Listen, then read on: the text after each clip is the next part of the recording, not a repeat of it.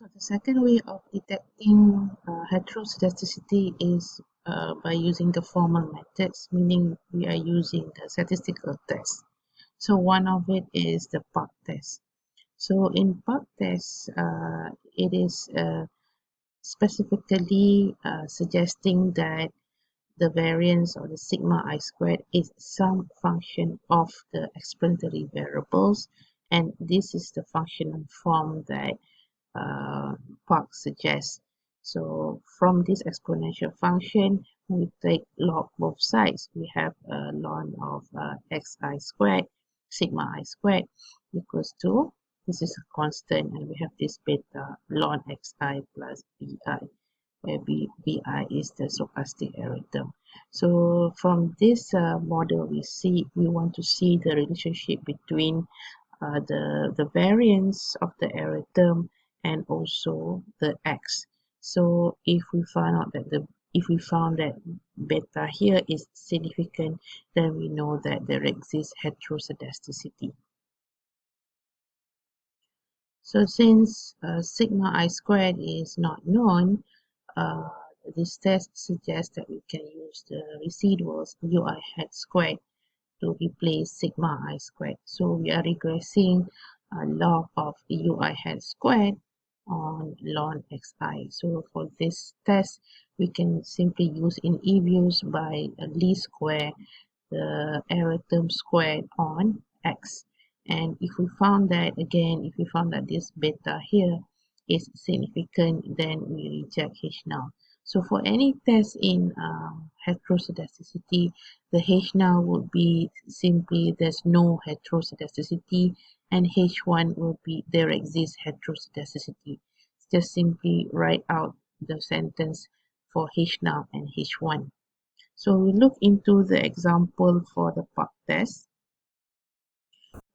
So example on y regress on x, whereby y is the compensation and x is the average productivity, and this is the estimation result. And from the estimation result, we can always get the residuals, whereby the residuals is simply the yi hat minus yi.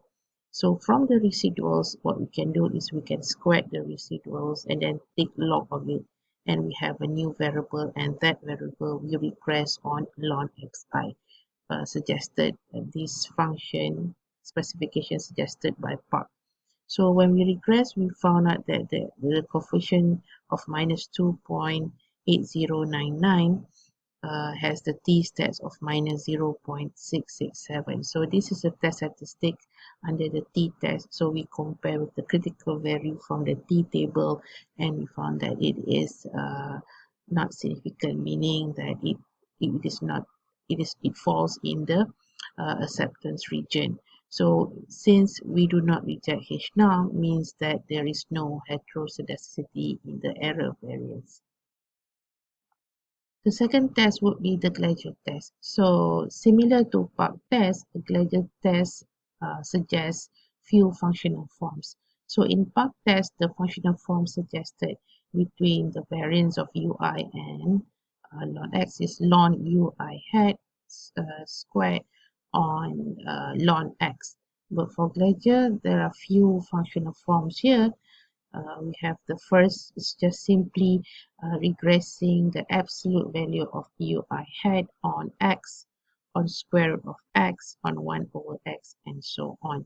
So the last two, this is we kind of do not do this model because it is non-linear, whereby the beta 1 and beta 2 is not to the power of 1. But here we can choose any of the functional forms in order to see whether is beta 2 significant or not. So if you compare the Glacial Test and the Pap Test, if you see the left side, so in Glacial Test is using the absolute of ui hat, because ui hat consists of positive and negative values. But for Pap Test is using ui hat squared, log of ui hat squared. This is an example, again, the same data compensation on productivity, but by using Glacial Test.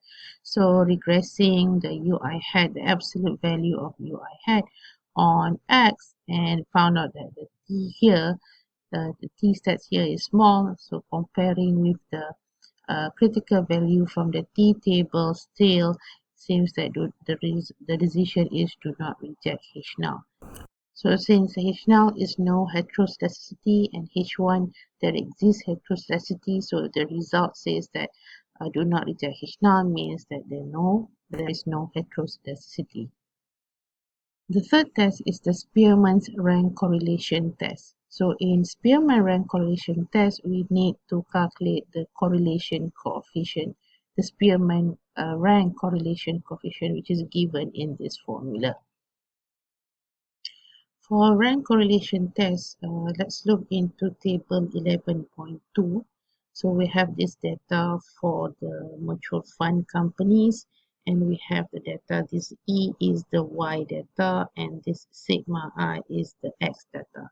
So if you look at this model, it is Y on sigma. So it is an average annual return on the standard deviation of annual return. Okay, so this data y and x. So what?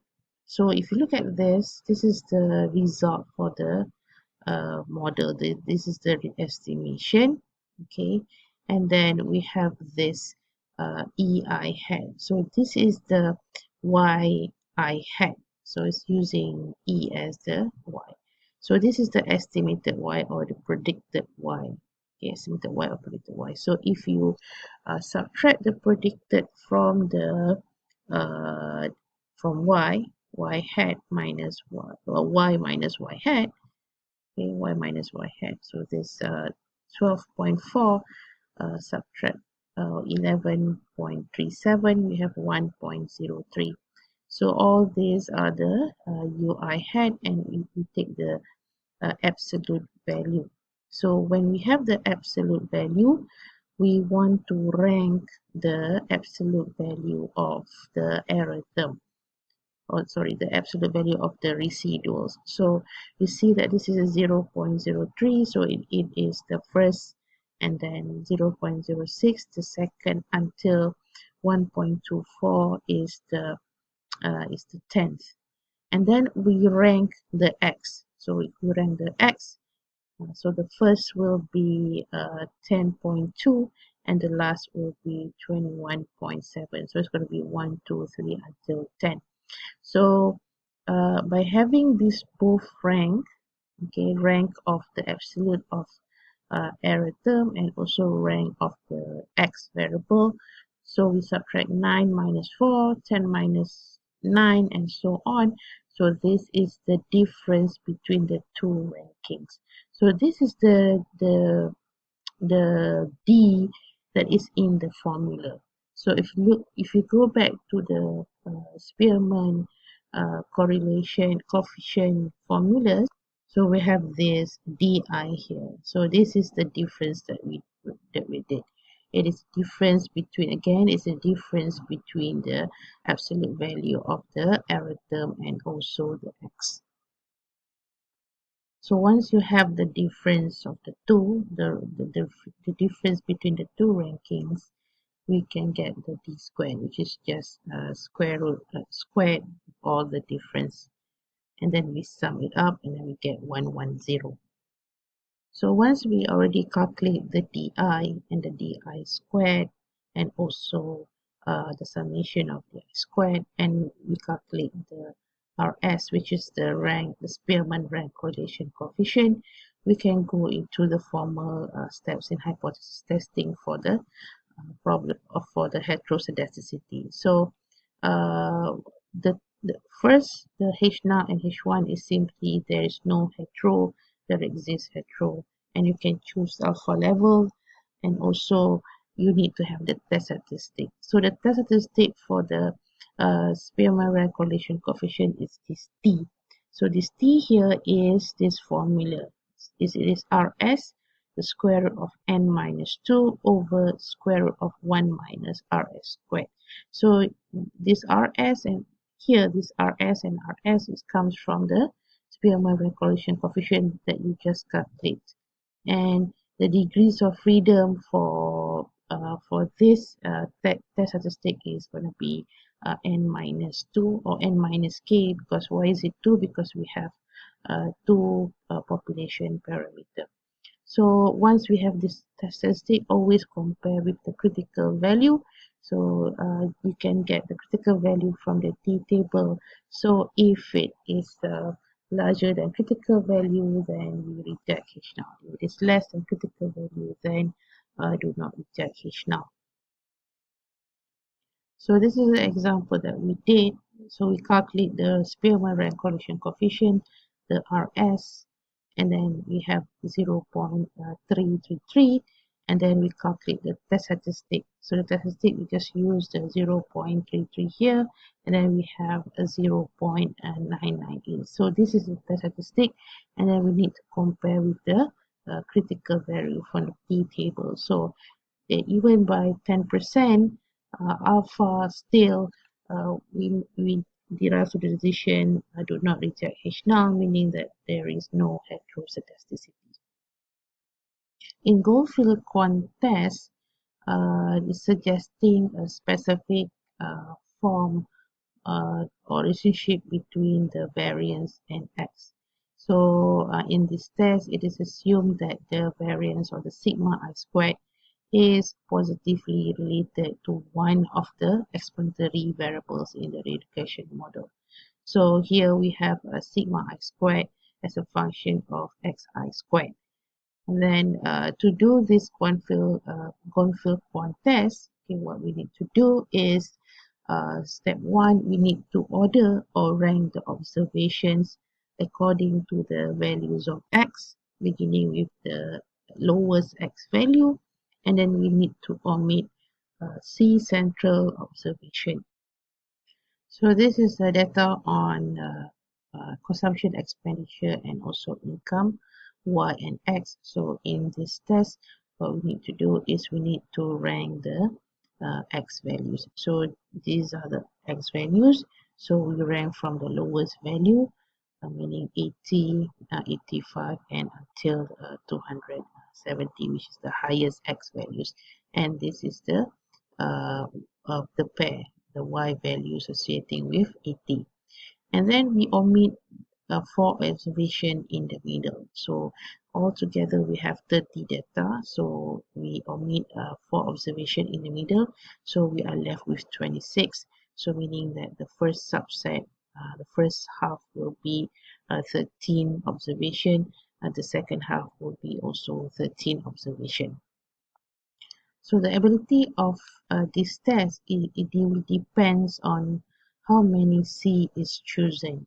So here, Goldfield and Kwan suggest that C would be about 8 if the sample size is 30, or 16 if the sample size is 60. And also another author says that C equals to 4 if n equals to 30, and C equals to 10 if n equals to 60. So here we are using C equals to 4 for our justification following this author. So why do we need to omit the C central observation? So since we are assuming that the variance increases as X increases, so once we omit the middle part of it, we can clearly divide the sample between the small variance and the. So once we omit the central 4 observation, we have 26 observation. So the first sample is 13 observation, second sample is 13 observation. So we regress and we use the residual sum of squares for the first small variance group and RSS for the larger variance group. And then from there we get the test statistic.